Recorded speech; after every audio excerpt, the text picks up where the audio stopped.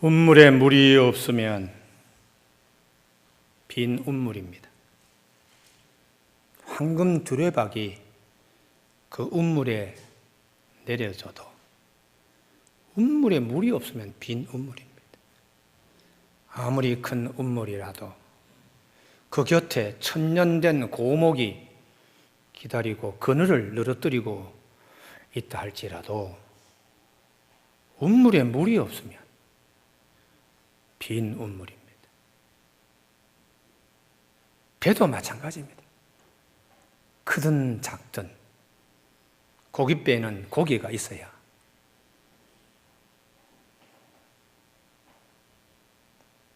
빈 배가 아니죠. 황금 그물을 가지고 있더라도 50년 노련한 솜씨를 가진 어부가 있다 할지라도 고기 한 마리 잡지 못하면, 고기 한 마리 없으면 그 배는 빈 배입니다. 우리의 신앙도 부활신앙이 없으면 헛된 빈 믿음입니다. 고린도전서 15장에서 말씀하세요.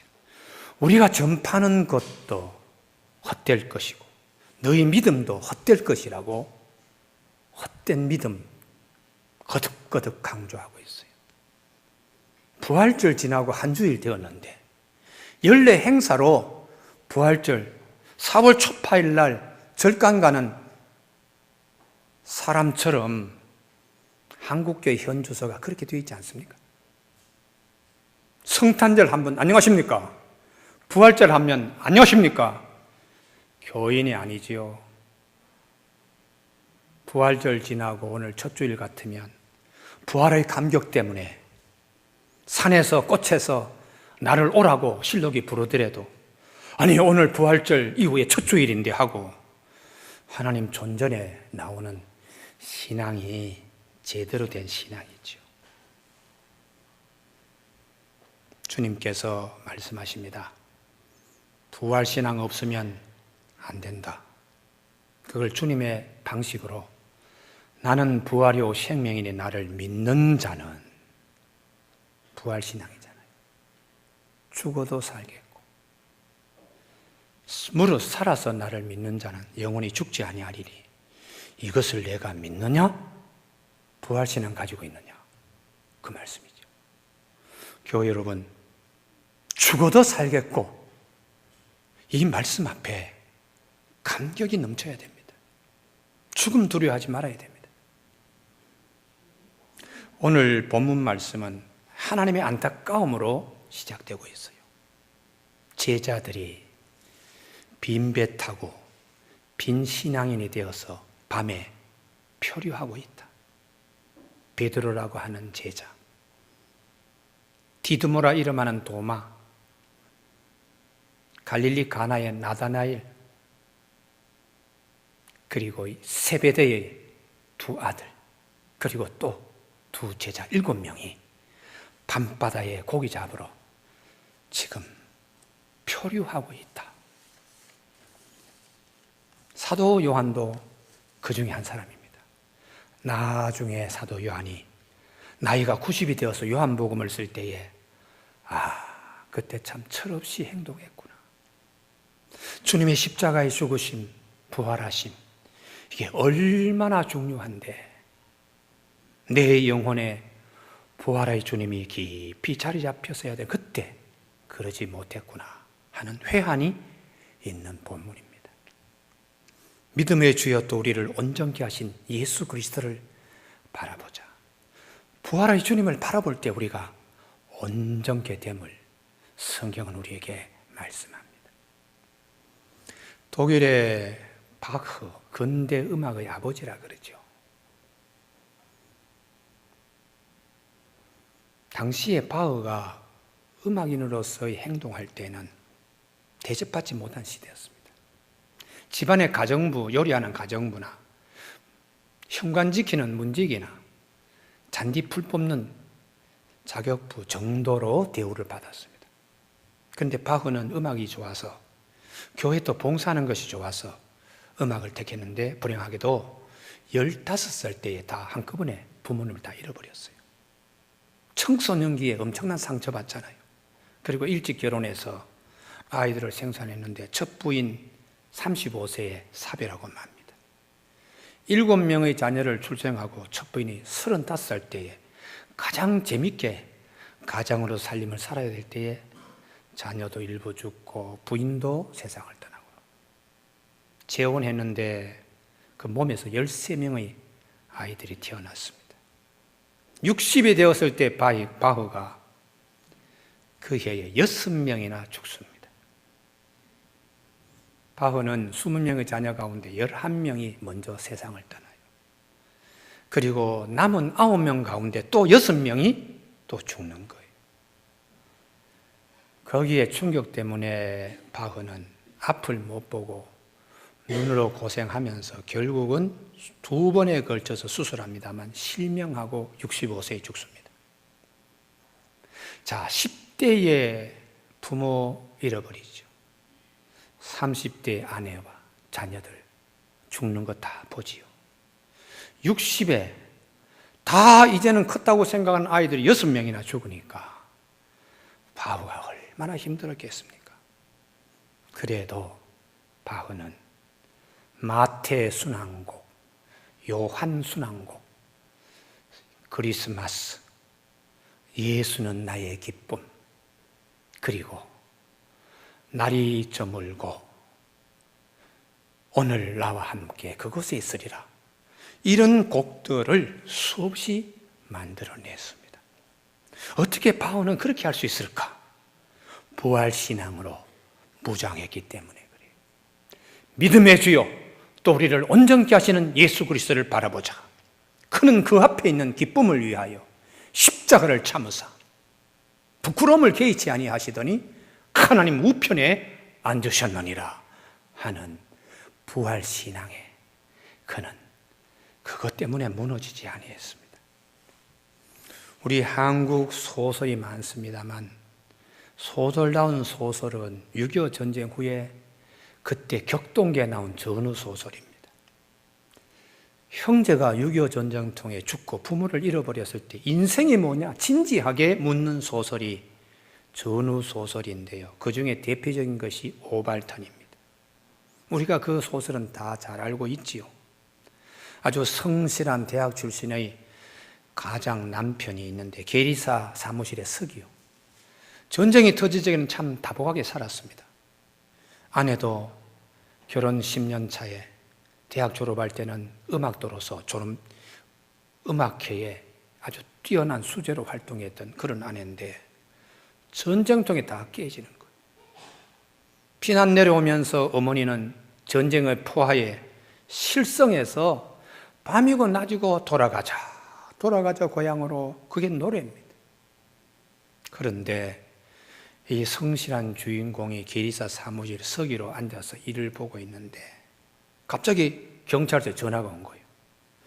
남동생이 강도 행각을 벌리다가 권총으로 지금 체포되었는데 가장이 와서 한번 확인하라. 안 그래도 출근할 때 아내가 배가 아프다고 해산을 해야 되는데 하고 아픈 거를 듣고 나왔는데 남동생이 좀 그렇죠. 그래서 경찰서에 달려갔더니 사실인 거예요. 아내는 어떻게 되었나 하고 집에 와 보니까 아내는 벌써 병원에 갔는데, 병원에 뒤따라갔는데 벌써 아내는 죽어 있어요. 갑자기 밀려오는 그동안에 참았던 치통이 도저히 견딜 수 없어 치과에 가서 발치를 했는데 아직도 지혈이 제대로 안 된 차에 몸이 어지러운데도 택시를 타고, 자, 죽은 아내가 있는 병원으로 다시 가야 되나? 어머니한테 이것을 알려야 되는, 어머니한테 먼저 가야 되나? 아니면 경찰서에 지금 잡힌 동생에게 또 달려가서 문제 얘기해야 되나? 고민에 빠져서 택시기사에게 해방촌으로요? 아니. 병원으로요? 아니. 경찰서로요? 그러니 택시기사가 하는 말이, 오늘은 참 오발당하는 손님을 내가 태웠다고.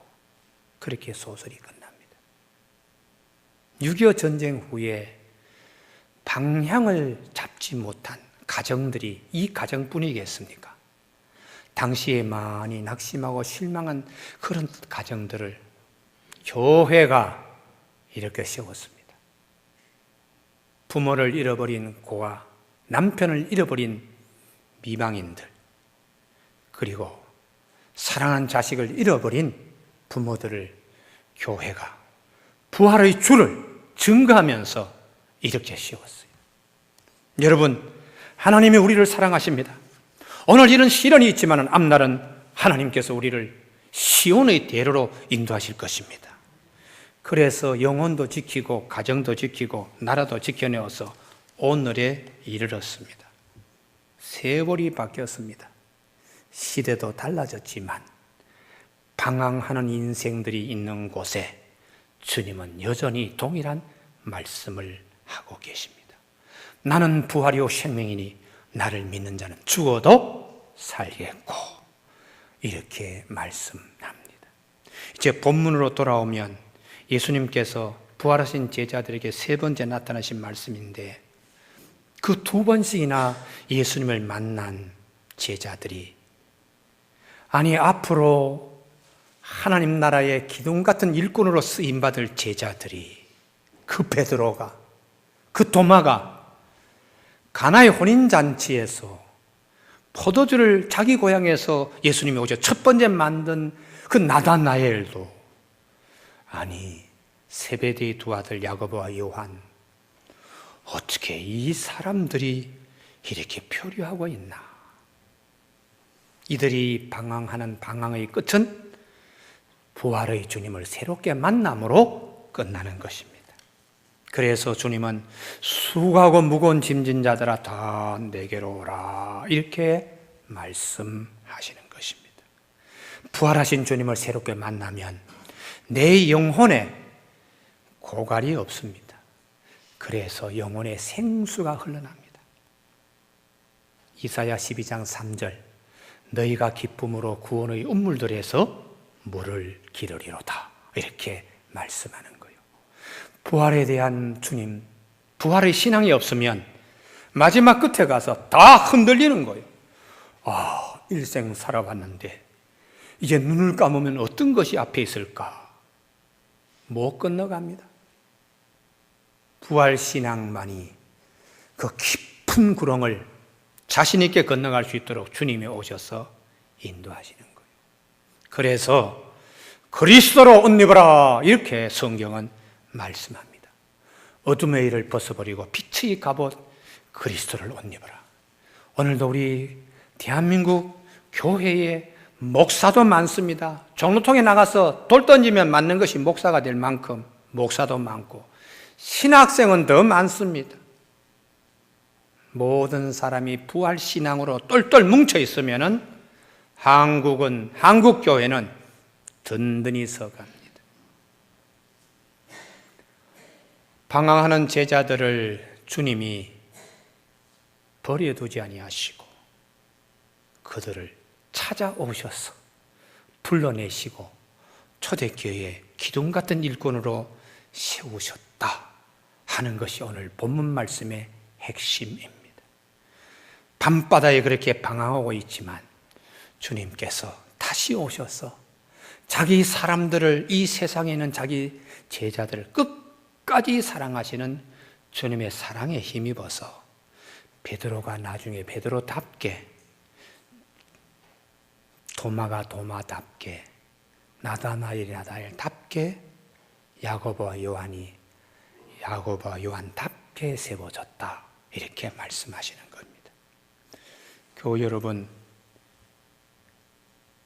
의인은 7번 넘어지더라도 다시 일어나는 것은 그분이 오셔서 일으키기 때문이요. 죽어도 살겠다라는 주님이 오셔서 이렇게 세워줍니다. 제가 목회하면서 수많은 경험하지요. 와서 별짓 다 합니다. 별짓 다 하는 거. 그때마다 때로는 굉장히 힘들 때가 있어요. 근데 하나님께서 결정적인 일로 딱 세워주시는 거예요. 그래서 죽어도 살겠고, 주님 말씀이 참 살아있는 말씀이다. 우리 교우들에게도 이 축복이 있기를 바랍니다. 할렐루야. 내가 힘들 때 주님이 오셔서 딱 구별해 주시는 역사가 있어요. 딱 구별해 주시는. 그래서 부활의 주님을 바라보는 믿음의 주요, 우리를 온전케 하시는 예수를 바라보자.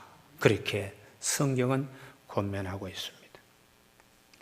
구약의 엘리야가 기도하니까 하늘에 불이 떨어지고 기도하니까 하늘에 비가 내려서 이스라엘의 3년 6개월 동안 가문 땅을 해갈시킵니다. 그런 엘리야도 임금이 너 내가 죽이겠다 이렇게 할 때에 겁이 나서 도망합니다. 광야에 나가서 영적으로 탈진해서 방황합니다. 하나님, 이 로뎀나무 아래서 내가 죽기를 원합니다. 내 생명을 거두어 주옵소서. 그때 하나님이 사막에 엘리야를 그냥 두지 아니했습니다. 천사를 보내가지고 떡과 물을 마시게 해서 다시 설득해서 시내산까지 인도해서 시내산에 하나님이 세워서 만나 주십니다. 그리고는 아람의 임금과 이스라엘의 임금과 엘리사를 세우는 데까지 그 일을 잘 감당하도록 하나님이 엘리야와 함께 하셨습니다. 오늘도 그래서 우리 대한민국의 1천만의 그리스도인들이 부활신앙으로 우리가 굳게 서 있어야 되는 교회 되어야 됩니다. 시편 139편 9절에 내가 새벽 날개를 치며 바다 끝에 가서 거할지라도 거기서도 주의 손이 나를 인도하시고 주의 오른손이 나를 붙드시리다 이렇게 말씀하기 때문입니다. 주님은 찾아오셔서 제자들을 불러내실 때에 음성으로 들려주셨습니다. 갈릴리 바다 가면 아침에 안개가 이렇게 끼는데요, 그때 저기에 서기 주님이 볼 수가 없습니다. 거리가 적어도 900m 정도 해무가 끼어있는 바다인데 거기에 볼 수가 없지요. 주님께서 고기 많이 잡았는가? 못 잡았는데요, 그물을 배 오른편에 한번 던져보게. 그러면 많이 잡을 거야. 음성을 들려줬습니다. 내 영혼이 방황할 때에 제자들이 방황하는 제자들에게 주님이 음성을 들려주시듯이 내 영혼이 방황할 때에 내 가까이 오신 주님을 만나는 비결이 주님의 음성 들어야 방황이 끝나는 거예요. 설교 시간에 설교 들으면서 주님이 말씀하십니다. 그때에 하나님의 말씀으로 와서 심장과 고동을 치는 거예요. 그런데 마귀는 딱 마음이 굳어가지고 목사님 나를 집중하여 저렇게 그냥 설교하네, 그리고 인간적인 생각으로 딱 돌아서는 거예요. 그러면 마귀가 항상 그런 사람은 계속해서 쓰는 거예요. 설교가 들리지 않습니다. 그래서 제가 늘 얘기를 합니다. 장로가 중요한 것이 아니다. 설교가 들려져야 자기 교회다. 권사가 중요한 것이 아니다. 설교를 통하여 하나님의 음성이 들려져야 자기 교회다. 그렇게 제가 말씀드립니다. 교회 부흥을 위해서는 아니 장로님, 제가 다음 주에는 더 열심히 제가 설교 준비할 테니까 다음 주를 기다리십시오. 절대로 저는 그러지 않습니다. 들리지 않으면 떠나세요. 들리는 교회가 자기 교회네. 거기서 영적 양육을 받으세요. 찬송 부를 때도 눈을 지그시 감고 시험 든 장로는 떠나세요. 그래야지 그분의 영적 도움에 크게 유익합니다. 찬송 부를 때 오늘도 하나님이 나에게 주신 은혜가 너무 넘쳐서 하나님 감사합니다 하고 속에서부터 울러나는 찬송을 부를 때에 진정으로 하는 찬송이지. 교우 여러분, 주께서 엘리야도 탈진되었을 때 와서 음성을 들려줬습니다. 하사엘에게 기름 부어 아람 왕이 되게 하고, 예후에게 기름 부어 이스라엘 왕이 되게 하고, 엘리사에 기름 부어 앞으로 영적 후계자가 되어야 하지 않겠냐. 그 음성 듣고 엘리야의 영적 방황이 끝나는 거예요. 그러니까 우리가 설교 시간에 하나님의 음성 듣는 것이 예배의 전부입니다. 예배의 전부. 그게 들려지지 않으면 자기 교회가 아닙니다. 저 믿음 생활할 때 세 가지가 있어요. 하나는 자기 교회, 자기 목사, 자기 직분이 있어야 된다. 이게 삼박자가 되어야 돼요. 늘 목사의 설교를 통해서 성령님이 내 안에 계신 성령님이 가슴이 벌렁벌렁 하도록 주님이 나를 붙들어 흔들어서 흔드세요. 그 체험들이 있어야 된다는 거예요. 우리 교회는 참 감사하게도 설교 시간에 조는 사람이 없어요. 다 그냥 긴장해서. 그러니까 제가 교우들 눈을 보고 자세를 보면서 설교할 수밖에 없어요. 새벽 기도할 때도 조는 분이 없습니다. 어떤 교회 가면은 그냥 어떤 분은 그래요. 주보를 이렇게 말아가 뒤적 이렇게 보시는 분들이 절반쯤 되는 교회는 죽은 교회. 설교 시간에 성경 뒤적 여기저기 보시는 분은 영혼이 불쌍한 분이에요. 선포된 말씀 시간에 성령님이 우리에게 말씀하시는 귀 기울여 들으려고 무척 애써야 하나님의 음성이 밝히 들리게 됩니다. 교우 여러분, 갈리 바다에 방황하는 그 물결 속에서 제자들이 방황하는데 물이 끝나는 곳에 묻히 기다리고 있듯이, 어두운 밤이 끝나는 곳에 새날이 기다리고 있듯이 내 인생의 방한 끝에 주님이 와서 기다리시며 말씀하세요. 할렐루야. 근데 문제는 내가 이렇게 어려울 때에 주님 계신다 그러는데 어떻게 만날 수 있나? 음성 들으면 만날 수 있다. 음성 듣고 싶은데 들리질 않아. 그런 분은 마음의 문을 열면 음성 들을 수 있다. 이게 성경 말씀의 진리입니다. 요한계시록 3장 20절, 볼지어다 내가 문 밖에 서서 두드리노니 누구든지 내 음성을 듣고 문을 열면 내가 그에게 들어가 그와 더불어 먹고 그는 나와 더불어 먹으리라. 한 식구가 된다는 말이죠. 그러니까 주님께서 예전에 목사님들이 설교할 때, 자 여러분 마음 문을 다 여시기 바랍니다. 다 여시기 바랍니다. 이렇게 설교들 많이 했어요.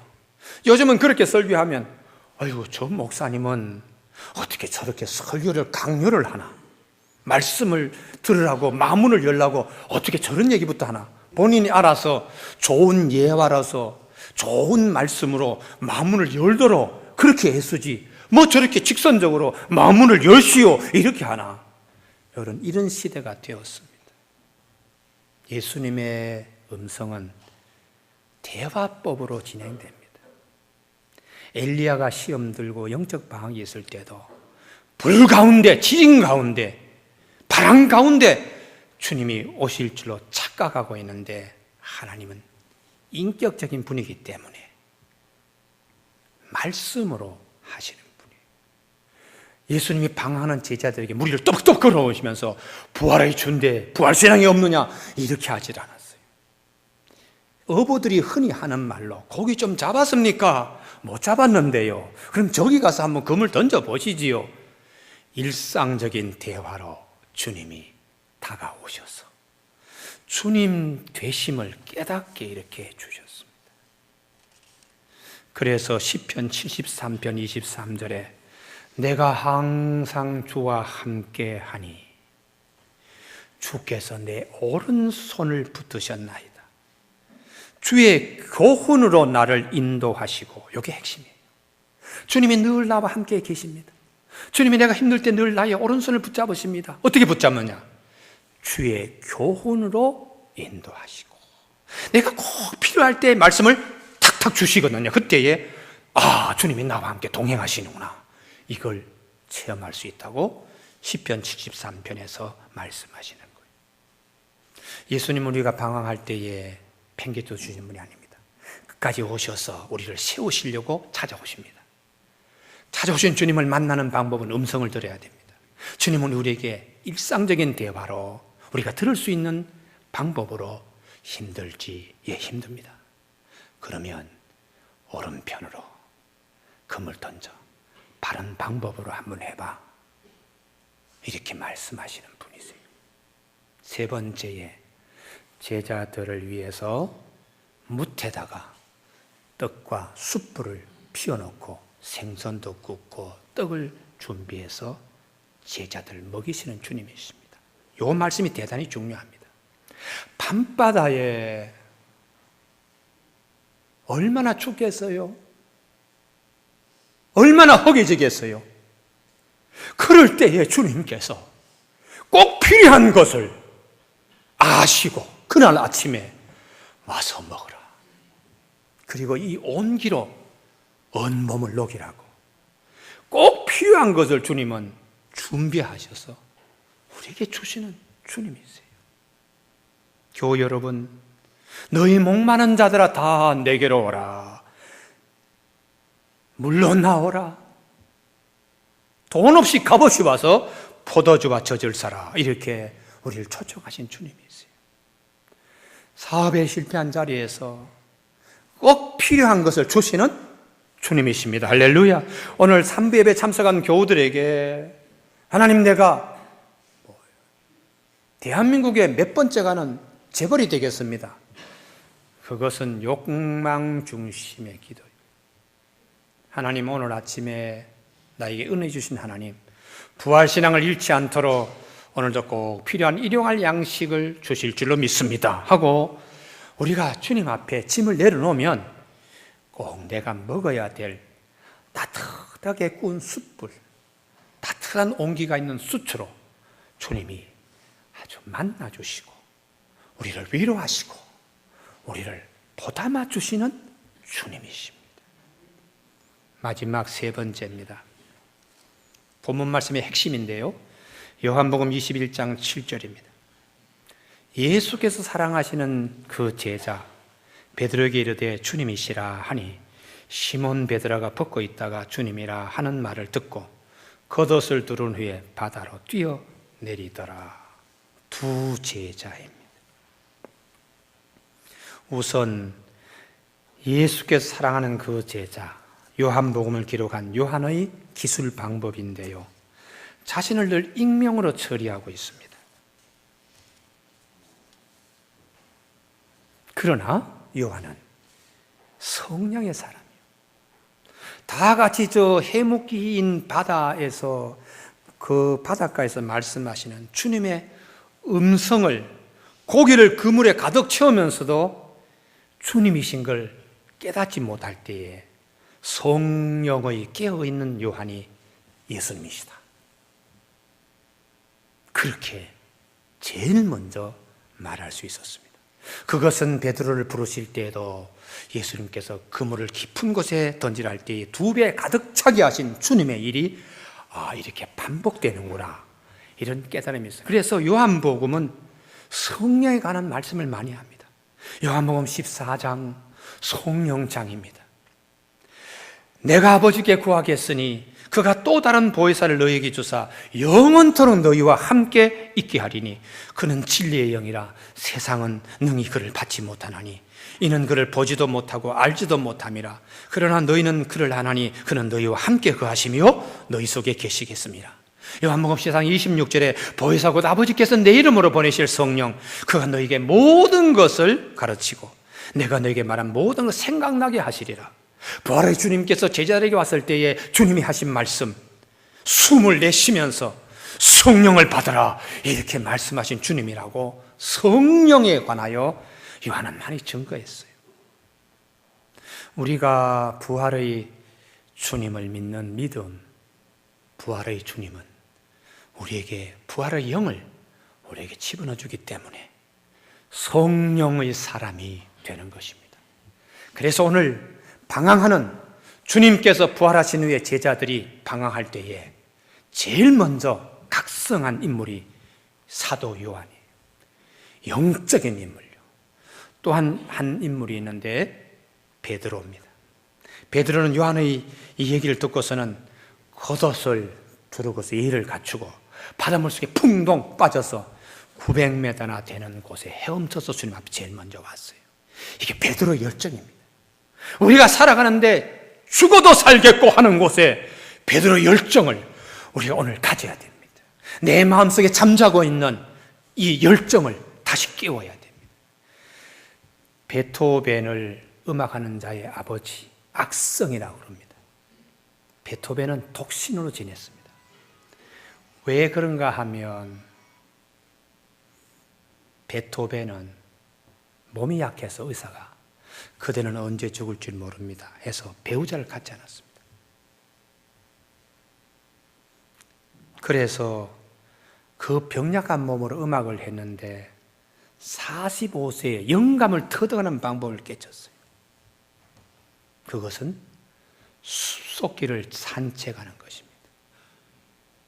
산책할 때에 하나님의 영감을 불어넣어 주는 걸 영감을 받고, 특별히 황혼역에 하루 일과가 다 끝날 무렵에 하나님께 주시는 은혜를 사모하면서 그 숲속길을 산책할 때 하나님의 영감 불어넣어 주시면 그 받은 영감 가져와서 저녁도 먹지 않고 피아노 건반에 앉아서 그 현을 막 건반을 두드립니다. 그럴 때 너무 오래 많이 하니까 손끝에 열이 나서 냉수로 세숫대야를 가져와서 손을 담그고 열을 식힌 후에 다시 건반을 쳤는데 몇 번 담그고 다시 내어서 건반 치고, 그것도 어떨 때는 너무 열심히 하고 온몸에 땀이 흐르고 머릿속에 그냥 땀이 흐르니까 세숫대를 뒤집어 쓰고 그리고 피아노를 친 거예요.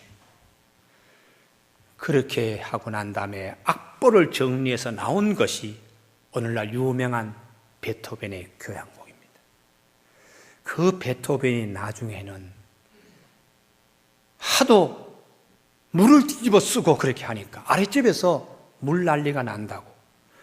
그래서 베토벤이 이사를 가면서 반드시 집을 아랫집까지 세를 얻어서 2층을 사용한 베토벤의 생애를 보게 됩니다.